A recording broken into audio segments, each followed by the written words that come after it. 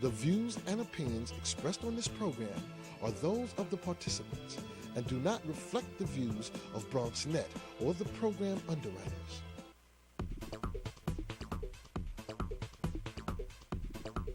BronxNet. Your voice, your views, your vision. Are you close to getting your dream job, or any job for that matter, but something is blocking you? Well, that something could be your credit history.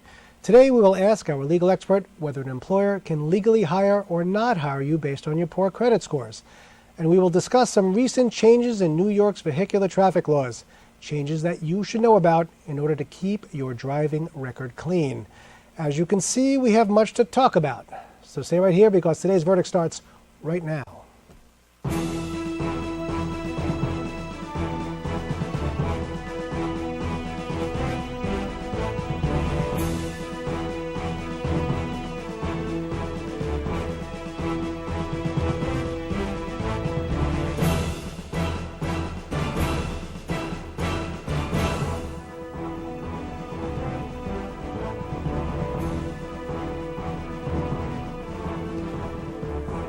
Welcome to today's verdict, the show that gives you your legal rights and options.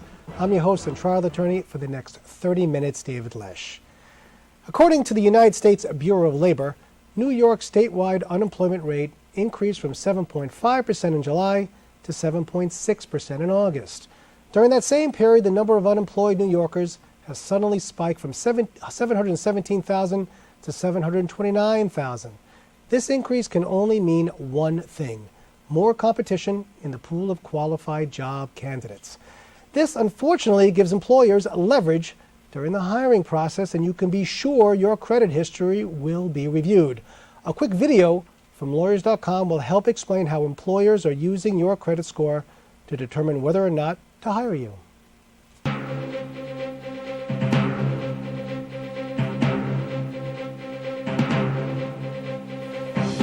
You know, when a company is considering hiring you, they will likely make a decision based on your credit record. This is Larry Bodine, editor-in-chief of Lawyers.com, saying you better know your rights because you can be denied a job because of an old unpaid bill. Pre-employment credit checks make sense if the job involves handling cash or company trade secrets, but in many cases it's just the company snooping because they can. More than half of all employers conduct credit checks on job applicants, supposedly checking your character, judgment, and reliability. But the reality is that anybody can have legitimate credit trouble because of a medical emergency, the death of a spouse, or a bad divorce. None of these situations should rule you out from getting a job. Employers are known to use credit checks to discriminate, especially against minorities and women. Some employers actually seek out people with bad credit, hoping that they'll be so desperate that they'll keep working no matter how bad the job is. So what happens if you face this situation? If an employer runs your credit history without your written permission, they've broken the law under the Fair Credit Reporting Act. Also, be aware that 10 states have outlawed the use of your credit history in employment decisions. Check with a local attorney to find out the law in your state. 4 kinds of information will be viewed negatively in the hiring process: a court judgment against you, active accounts in debt collection, bankruptcy, and high debt compared to your income. If it's possible, clean up the black marks in your credit record. Otherwise, you can tell Human Resources in advance that you've been through a bad time financially. It shows that you're being honest. The employer has to tell you in writing if they deny you a job because of a credit report. And they have to tell you the name of the agency that issued the report. If you think it's a smokescreen to discriminate against you, you should talk to an employment lawyer who represents workers. This is Larry Bodine reporting for Lawyers.com, hoping that you get treated fairly in your job search. Well, that was very interesting, but certainly the video raises many questions. Is it legal for a potential employer to go through an applicant's credit history? Does your right to privacy protect you from such an intrusion? Can you bring an action against anyone who falsely suggests you have bad credit and subsequently cost you a job? Joining us today is Shauna Cotter, a staff attorney at the New York Legal Assistance Group. Shauna has been working with the Coalition to Stop Credit Check to hopefully help qualified applicants get the job they want and desperately need. Counsel, thanks for being here. Thank you, David. All right, well, statistically, from what I'm reading, almost 1 in 4 applicants are asked on a job interview to divulge their credit history. Is it that high? It may even be higher than that. In fact, the recent statistics show that 47% of employers are using these employment credit checks to try and screen applicants. So it's a very prevalent practice. And what percentage of those individuals are denied the job because of, I guess, a poor credit score? It's hard to know the exact answer to that question. Even though if an employer denies you a job based on your credit history, they're supposed to notify you that that's the reason. But it's very easy for an employer to say, it wasn't a good fit, or to say there were other reasons that you were denied It's almost like the a job. self-reporting. Exactly. If I'm interviewing you and I take a look at your credit history and it's not great, but I don't want you to know that that's really why I'm not hiring you, I can just say, well, you just weren't a good fit for the company. That's right, but what we hear is people coming back, clients who've applied for jobs and have gone through all the motions, discussing salary, discussing hours, all of these things that really an employer isn't going to do with you unless they are ready to hire you. And as soon as they check your credit, they'll be denied the job. By the way, it's not just high-level employees that we're looking at here. It could be very low-level employees. That's absolutely right. We're seeing it in every sector, hourly employees and people who are working, earning low wages. But why is that? Is that because more and more employees have access to clients' financial information, the low-level person on the phone who's taking credit card information, so we want to make sure that person who works for you is financially solid? I don't understand. Why so many people at this point? I think the main reason is marketing by the credit reporting agencies. So this is a product that's being sold to employers by the major credit reporting bureaus, the 3 big ones. Oh, so what you're saying is the employer is actually saying to Equifax or whoever it is, the credit reporting agency, the credit reporting agency saying to the employer, look, get our credit report, well, it's worthwhile to you, but by the way, it's $500 for a report. So is that the marketing that's going on I think here? that's exactly right. Now, I don't know the exact prices myself, but it's a product that's being sold and employers are buying it. Okay. Those who are targeted here, from what I see, minorities, African Americans, 14%, Latinos, 10%. I mean, this is a high unemployment here, and whites only 6%. The ones who seem to be suffering the most are the minorities because they're the ones who don't have the jobs. So what do you hear, from the street and from the point of view of your organization? There's a couple of different ways to look at this. Statistically, individuals who are members of minorities have more problems with their credit reports and errors or negative credit history. So in that way, there's just a disparate impact on communities of color, minority communities. But this is a practice that's pervasive and I believe is affecting anybody who's out of work right now, who has bad information on their credit report for any reason, because medical debt, because they were out of work for a while, they lost their jobs. Domestic violence can lead to negative information on someone's credit report. It almost seems to be a cycle that just keeps going around because if you lose your job, you end up acquiring debt and you can't pay your medical bills. That's exactly right. And then what ends up happening is you go for it, you try and get a job, but that bad debt and the medical bills are preventing you from getting a job. It's a cycle. Am I correct? Absolutely. It's very much a catch-22, and in fact the coalition website is at creditcatch22.org. The idea is exactly this. You say you are laid off because of the recession. You fall behind on your mortgage or credit card bills, and all of a sudden you can't get a job, but you need a job to pay your bills. So it's just this endless cycle that causes frustration and really some hopelessness for people who are really looking for jobs, who are qualified applicants looking for work. And what does your organization do? What can they do for somebody? Well, right now, in terms of employment credit checks, this is a place where right now it's legal in New York State and New York City for an employer to use your credit history to make an employment decision. So this is a place where the law really needs to step in to protect people, and our legislators need to make changes. And we do work a lot with people who have consumer debt-related issues, who are being pursued by debt collectors, who are facing foreclosure. Give me a quick example of somebody you might have dealt with recently.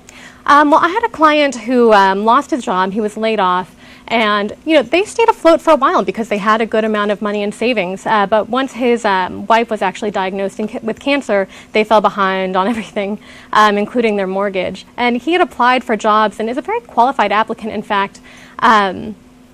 And after Hurricane Sandy, which also devastated their home, he was this close to getting a job with FEMA, in fact, and was rejected from that job because of his credit history. Okay, and what, if anything, can somebody do for this kind of person? I mean, what can you do? Is there anything you can do? Right now, no. Okay. The law needs to change. It's just a huge problem. Okay, well, should we have to take a quick break? Because when we come back, I'm actually going to play devil's advocate. But when we return, we'll continue discussing credit checks and their impact on your right to privacy. We'll be right back.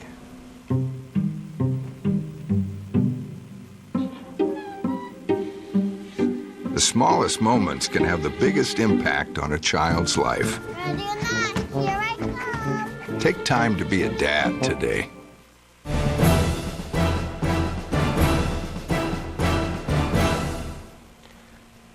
Welcome back. I'm your host, David Lesh. Stay up to date with today's verdict by connecting with us and sending in your questions or comments through Facebook or Twitter using hashtag BXNETVER.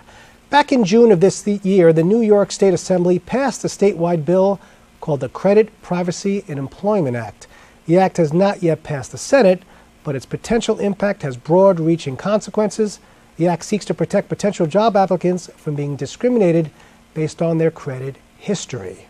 Joining us today is staff attorney at the New York Legal Assistance Group, Shatter Cotter. Ms. Cotter is here to give some legal insight into background credit checks and how it may affect your employment. Counsel, thanks again for being here, but now it's time that I play devil's advocate, and I'm an employer, and I want to protect my business, and the last thing I want is an employee who's going to come in who's going to steal from me, or who's going to steal from my my customers or my fellow employees. What do you have to say to that? So that's great. You don't want an employee who's going to steal from you, but credit checks have nothing to do with whether someone's going to steal money or whether somebody is dishonest. But I'm looking at their credit report, and they're in tremendous amount of debt. Mm-hmm. They defaulted on their mortgage. They're almost looks like they're living hand to mouth. You don't think that puts me on notice that I may be afraid that this person who I'm hiring may, especially if they have access to credit cards on the phone, that they may be just slightly tempted to take it and sell it or do something like that? Absolutely not. There is no evidence that that's actually the case. And lastly, what about the negligent hiring issues, which, these employers are sued all the time for employees who do something wrong to a company. They themselves are sued for negligent hiring. How do you reconcile that particular portion? So there's no correlation between someone's credit history and their trustworthiness, so there's no data that supports that. But on top of that, if we were to outlaw the practice, then an employer would be protected. It's not information, they wouldn't have access to that information when they're evaluating an applicant. Okay, let's say I'm a potential applicant at this point. I know I got a problem because my credit history is horrendous. I need this job, or I'm going to need a job fairly quickly. What should I be doing now, even before my interview? Well, the very first thing you should be doing is checking your credit report and seeing what's on there. If there are errors on there, then you can dispute them with the credit reporting agencies. It's not always easy, but it's the first step. And then you just have to prepare yourself for how you're going to handle a question in a job interview if that comes up. It's very much up to an individual applicant to decide how much they want to disclose. It can be very personal, private information, medical records or family history issues like divorce. And by the way, these credit reports are rife with mistakes all the time. Absolutely. And it's so hard to get them removed to begin with. So I guess you really should be acting early enough so that you can possibly get the bad things removed. Okay, let's just say that there's a problem.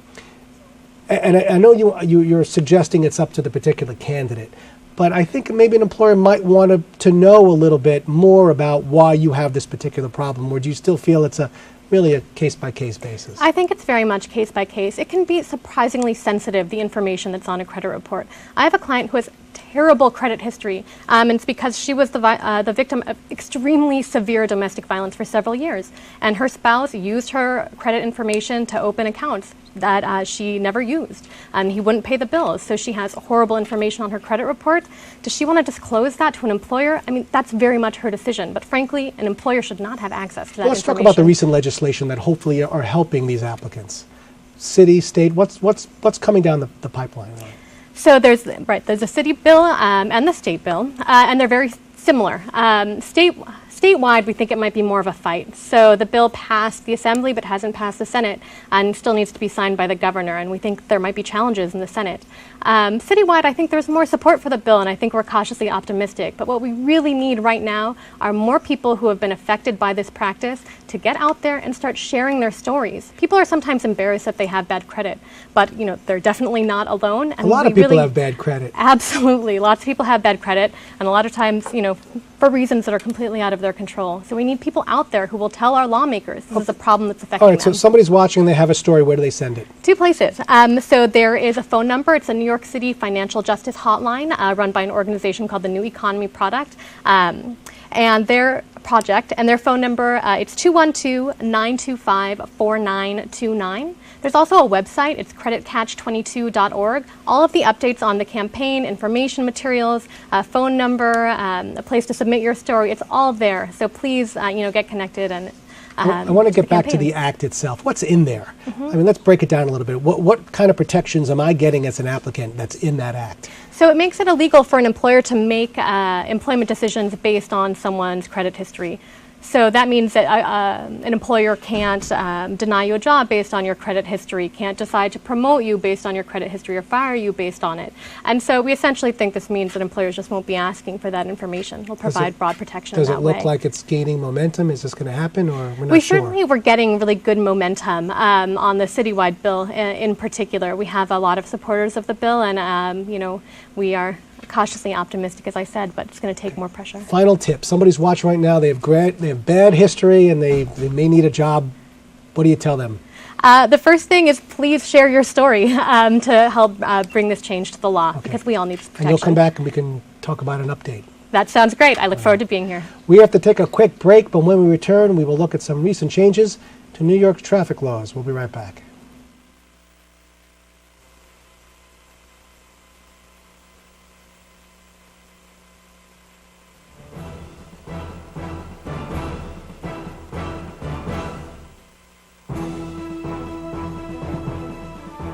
Live with a human for a while, and you get to know a few things. Like, I know she does strange tricks for no treats. But the one thing I will never, for the life of me, know is how she gets so tiny and inside that box. Natalie, how do you get so tiny?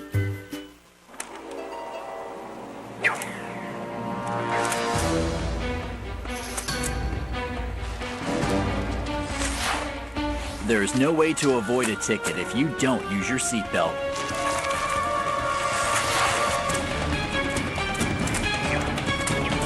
Cops are stepping up enforcement and looking for unbuckled drivers like never before. If you don't buckle up, you will get stuck with a ticket. Click it or ticket. Welcome back. I'm your host, David Lesh. Remember that our show is here to serve you, our viewers. So don't forget to connect with us on Facebook and Twitter and tell us what topics or questions you'd like us to cover on the show. During the past few years, vehicular traffic on our local streets have surged. This has led to an increase in law enforcement, particularly when it comes to giving out traffic tickets. And we are not just talking about small tickets. Summonses are regularly issued that affect your driving record for years to come. So when you get that ticket, should you just mail in the fine or plead guilty, or should you consider fighting it? And when should you get a lawyer involved? Well, joining us today is attorney Michael Palumbo of Palumbo and Kosofsky PC. Mr. Palumbo also has a background in law enforcement, as he once was a police officer, and he is here to give us some much-needed insight into the world of traffic court. Thanks for being here. Well, Dave, thanks for having me on. Oh, it's my pleasure. All right from the start, let me ask you a question. Why would you fight a ticket instead of paying for it? Well, the main reason is the insurance implications for most people. For other people, they may have other tickets on their record, which would cause a license suspension or revocation. For example, if you get 3 speeding convictions in a given 18-month period, the New York State Department of Motor Vehicles revokes your license for at least 6 months, and that's not a suspension. You got to reapply to get it back after that period of time. So those are the 2 main reasons to maintain your driving privileges for some people, and it's a great percentage. But the greater percentage is the fact that the money you spend up front with an attorney is going to prevent an insurance increase. Plus, in New York State, we can go to court for the client. The client doesn't have to leave their home. They don't have to come to our office, so it's a very convenient service. It saves them time and money in several different ways. Well, what are the most common type of tickets that are generally issued? Well, speeding. Speeding is still the most common, but the most problematic now really are the cell phone tickets. A few months ago, the New York State Legislature raised the points on a cell phone ticket, which could be for electronic, for using your cell phone to send a text message as well, from 3 to 5 points. It started at 0, and now it's up to 5. It's on the same level as a reckless driving misdemeanor. It's that 5 points, or running past the stopped school bus. So let me ask you a question. If you're stopped, stop sign, or light, completely stopped, can you use that phone? Can you actually make a call, a text, or is it just when you're moving that you can't use the phone? That's a very interesting point. Unlike other violations like DWI, where if the key is just in the ignition and the car is stopped and you're behind a wheel, you could be charged with DWI, drive while intoxicated. That's all you need for operation. For a cell phone or a texting ticket, operation requires that the vehicle be physically moving. So you could be stationary in traffic at a stop sign or a red light and using your phone. You could have it to your ear. You could be sending or looking at a text message or a mobile GPS device, and that's legal as long as you put it down before you start to move the vehicle again. And a lot of the police officers are giving the ticket seeing someone stopped in traffic, because it's easy to see someone stopped in traffic. Somebody moving and right. using a phone. Yeah, then when they're driving down the road. And I get this a lot. People say, but I was stationary at the Lincoln Tunnel.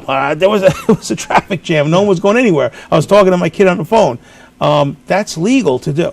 And we're fighting them. We're fighting them on several fronts. Now, how does it work? Does the police officer walk to the side of the car and say, I saw you with your phone by your ear, let me have it so I can take a look through the history of your phone? How does it usually work?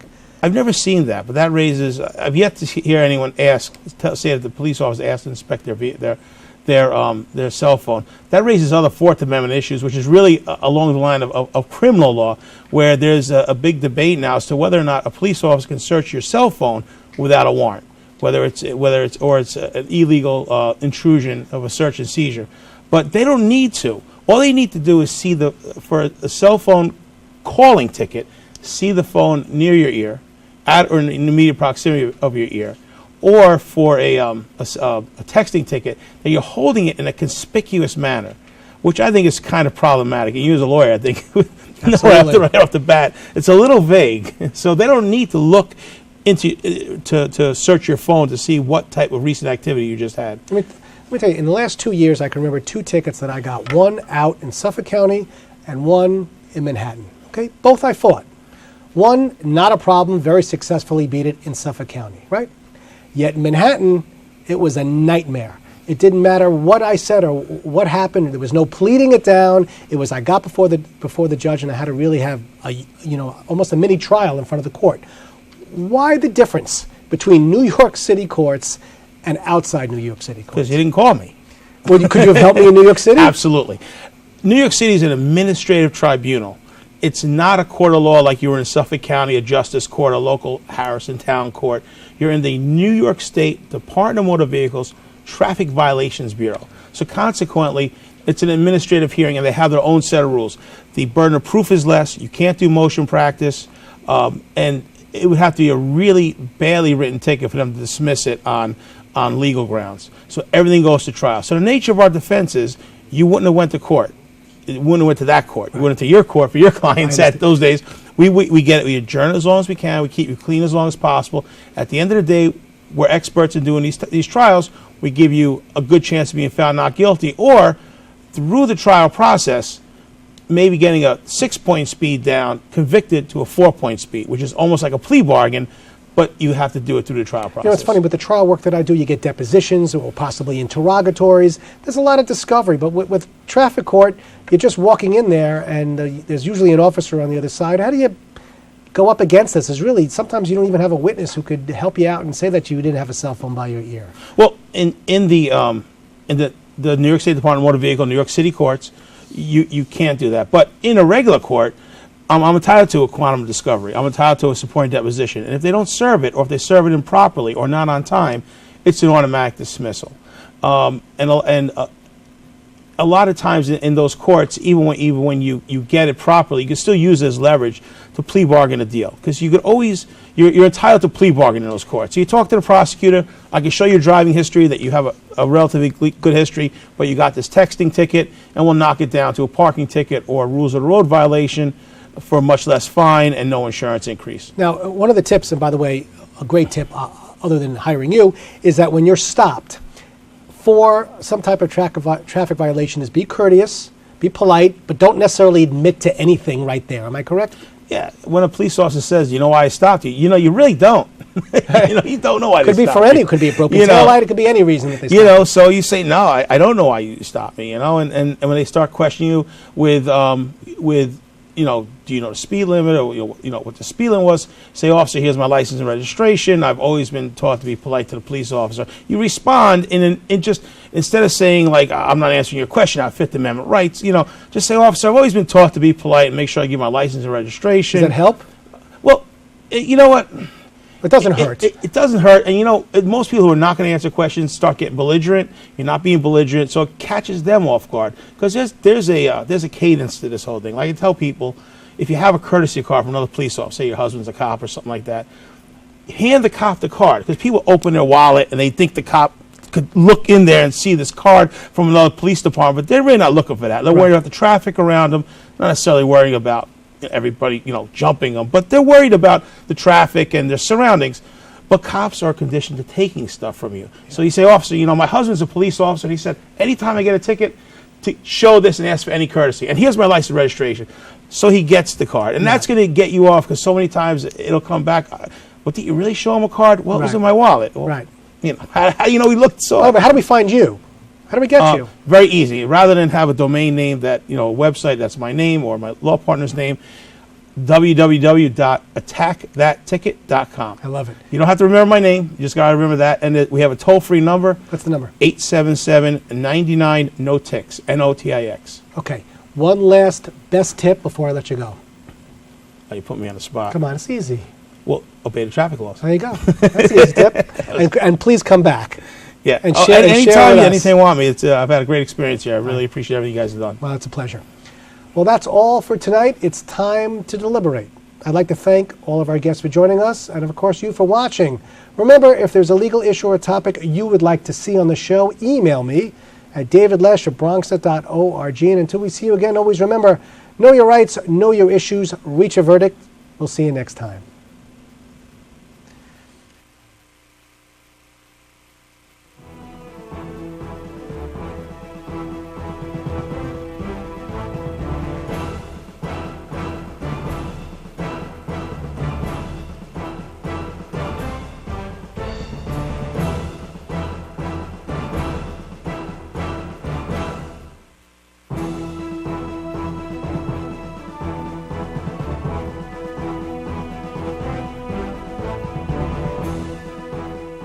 Live with a human for a while, and you get to know a few things. Like, I know she does strange tricks for no treats. But the one thing I will never, for the life of me, know is how she gets so tiny and inside that box. Natalie, how do you get so tiny?